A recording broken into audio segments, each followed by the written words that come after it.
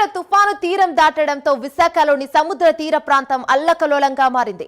సముద్రం చాలా ముందుకు వచ్చేయడంతో పాటుగా అలలు భారీగా ఎగసిపడుతున్నాయి. భీమిలి బీచ్ నుండి ఆర్కే బీచ్ వరకు చాలా ప్రాంతాల్లో సముద్రం ముందుకు రాగా కొన్ని ప్రాంతాల్లో సముద్రం కోతకు కూడా గురైంది. దీంతో సందర్శకులను ఎవరిని బీచ్ లోకి రానివ్వడం లేదు. అలాగే ఇవాళ బీచ్ వద్దకు ఎవరూ రావద్దని కూడా అధికారులు విజ్ఞప్తి చేస్తున్నారు.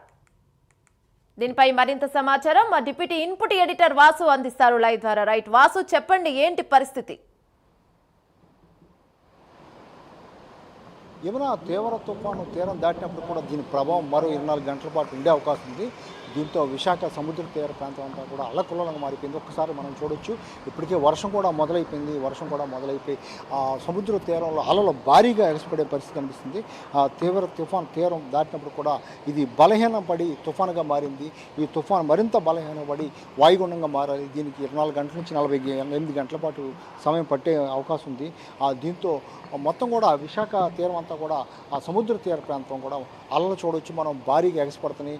వర్షం అయితేనే గాలి కూడా దాదాపు 80 కిలోమీటర్ల వేగంతో గాలి కూడా వీచే పరిస్థితి కనిపిస్తుంది. రానున్న 6 గంటల్లో మరింత బలహీనపడి ఇది వాయుగుండంగా మారే అవకాశం ఉంది. అప్పటివరకు కూడా ఈ పరిస్థితి కొనసాగుతుందని కూడా వాతావరణ శాఖ అధికారులు చెప్తున్నారు. దీని ప్రభావంతో విశాఖతో పాటు ఉమ్మడి ఉత్తరాంధ్ర జిల్లాలతో పాటు గోదావరి జిల్లాలు, అటు అమరావతి, రాయలసీమలో కూడా భారీ నుంచి అతి భారీ వర్షాలు కురిసే అవకాశం ఉందని కూడా వాతావరణ శాఖ చెప్తున్నారు. ప్రస్తుతం గంటకి 75 నుంచి 85 కిలోమీటర్ల, గరిష్టంగా 95 కిలోమీటర్ల వేగంతో గాలులు వీస్తున్నాయి. విశాఖలో మనం అదే పరిస్థితి చూస్తున్నాం. ఇక్కడ మరింత పెరిగే అవకాశం కూడా ఉంది. దీని ప్రభావంతో ఇవాళ శ్రీకాకుళం, విజయనగరం, పార్వతీపురం, మన్యం, విశాఖ, అల్లూరు జిల్లాలతో పాటు అనకాపల్లి, ఏలూరు, కృష్ణా, గుంటూరు, బాపట్ల, పల్నాడు, నంద్యాల జిల్లాలకు ఆరెంజ్ అలర్ట్ జారీ చేశారు. కాకినాడ, తూర్పుగోదావరి, కోనసీమ, పశ్చిమ గోదావరి, ప్రకాశం, కడప, కర్నూలు, అనంతపురం జిల్లాలకు ఎల్లో అలర్ట్ జారీ చేశారు. రానున్న 3 రోజుల పాటు మత్స్యకారులు కూడా వేటకు వెళ్ళొద్దని కూడా హెచ్చరించడం జరిగింది.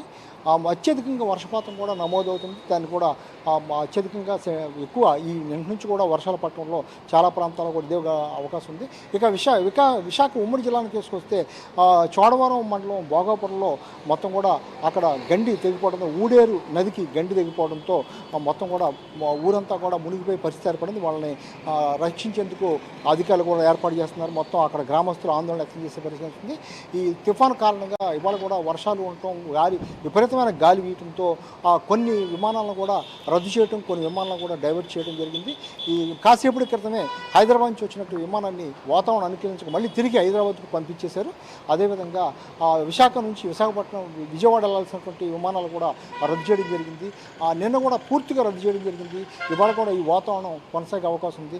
ఇక విశాఖ బీచ్ విషయానికి వస్తే బీచ్లో అలలు భారీగా ఎగసిపడటంతో పాటు కొన్ని ప్రాంతాల్లో మొత్తం కోత కూడా గురైనట్టుగా కూడా అధికారులు గుర్తించారు. అటు భీమిలి నుంచి దాదాపు ఆర్కే బీచ్ వరకు కూడా చాలా ప్రాంతాల్లో వాతావరణం ఇదే విధంగా ఉంది. అలలు భారీగా ఎగసిపడటంతో పాటు బీచ్ కోతకు గురైంది. బీచ్ కోత కూడా గుర్తించారు. సముద్రం కూడా చాలా వరకు కూడా ముందుకు వచ్చినట్టుగా కూడా గుర్తించారు. ఈ రాత్రి నుంచి కూడా బీచ్లో ఎవరిని కూడా అలౌ చేయట్లేదు.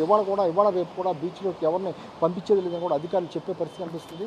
మొత్తానికి ఈ ప్రభావం ఇవాళ కూడా ఉండే అవకాశం ఉంది. మరో 48 గంటల పాటు భారీ నుంచి అతి భారీ వర్షాలు కురిసే అవకాశం ఉందని వాతావరణ శాఖ హెచ్చరిస్తుంది. మరోవైపు మత్స్యకారులు కూడా ఎవరు కూడా మరో 3-4 రోజుల పాటు వేటకి వెళ్ళొద్దని, సముద్రంలోకి వెళ్ళొద్దని కూడా హెచ్చరించడం జరిగింది. ఎందుకంటే గాలుల తీవ్రత మరింత ఎక్కువ ఉండే అవకాశం ఉంది. Yamuna. Right, thank you Vasu.